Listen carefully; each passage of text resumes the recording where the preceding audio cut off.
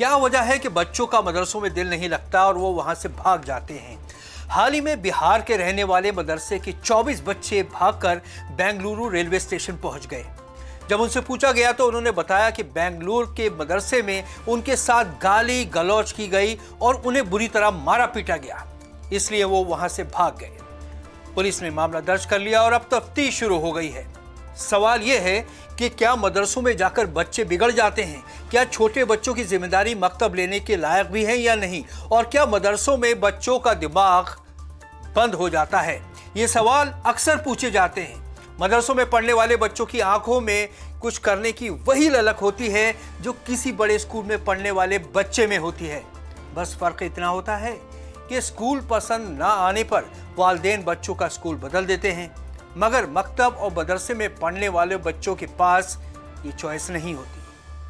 वो जब आजिज आ जाते हैं तो भाग जाते हैं। मदरसों में ज्यादातर वो बच्चे जाते हैं जिनके वालिदैन उनकी पढ़ाई का खर्च नहीं उठा सकते। अलीगढ़ मुस्लिम यूनिवर्सिटी के दानिश्वर राशिद साद साहब का मानना है कि मदरसों में बच्चों को सवाल पूछने के लिए इनकरेज नहीं किया जाता, बल्कि उन्हें यह बताया जाता है कि ज्यादा सवाल करना उस्ताद के साथ गुस्ताखी होती है। जो भी उस्ताद बताते हैं वही सच है और उसको मानना उनका फर्ज है। एक ऐसा माहौल बना दिया जाता है जहां बच्चे की क्यूरियोसिटी या इंक्वायरी के लिए कोई जगह नहीं रहती। ऐसे में ज्यादातर बच्चों का दिमाग महदूद होकर रह जाता है। लेकिन सच्चाई यह है कि वालिदैन बड़ी उम्मीदों से अपने बच्चों को मदरसे के हवाले करते हैं, ये सोचकर कि वो एक काबिल इंसान बन जाएंगे। दिल्ली के पूर्व एलजी नजीब जंग का मानना है कि मदरसों में बच्चों का दिमाग खुल जाता है।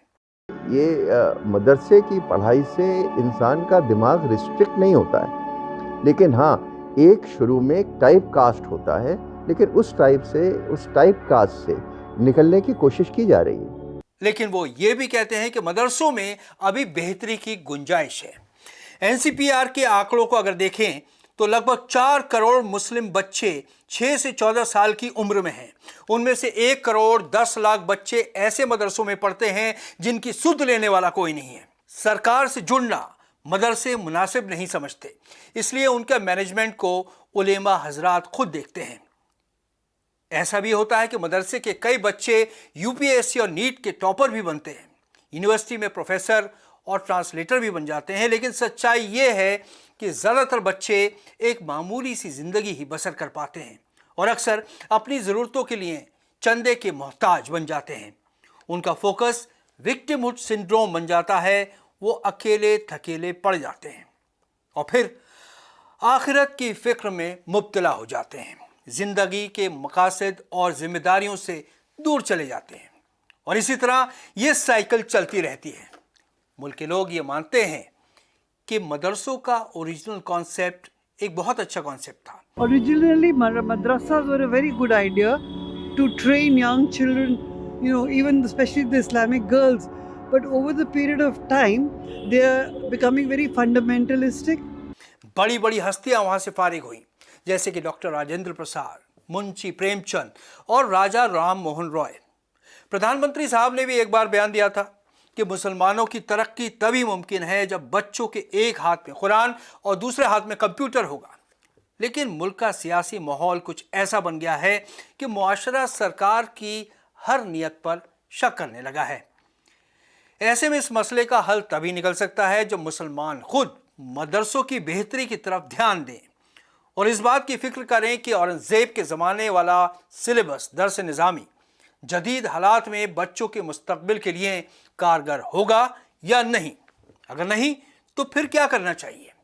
मुल्क में तमिलनाडु, केरल, गुजरात और उत्तर प्रदेश के कई मदरसे बहुत अच्छी तालीम दे रहे हैं, लेकिन यह भी हकीकत है कि आज भी गांव देहात में चलने वाले मकतब और मदरसों की सुध लेने वाला कोई नहीं है।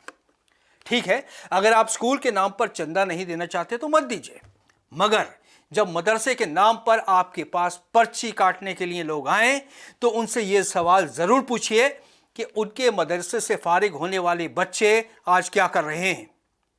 मदरसों के हालात कैसे बेहतर किए जा सकते हैं, इस बारे में हम आपके ख्यालात भी जानना चाहेंगे।